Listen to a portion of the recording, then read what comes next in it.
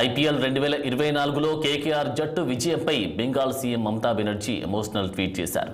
శుభాకాంక్షలు తెలుపుతూ Kolkata night riders గెలుపు బెంగాల్ వ్యాప్తంగా సంబరాలు తీసుకొచ్చిందని ఆమె అన్నారు.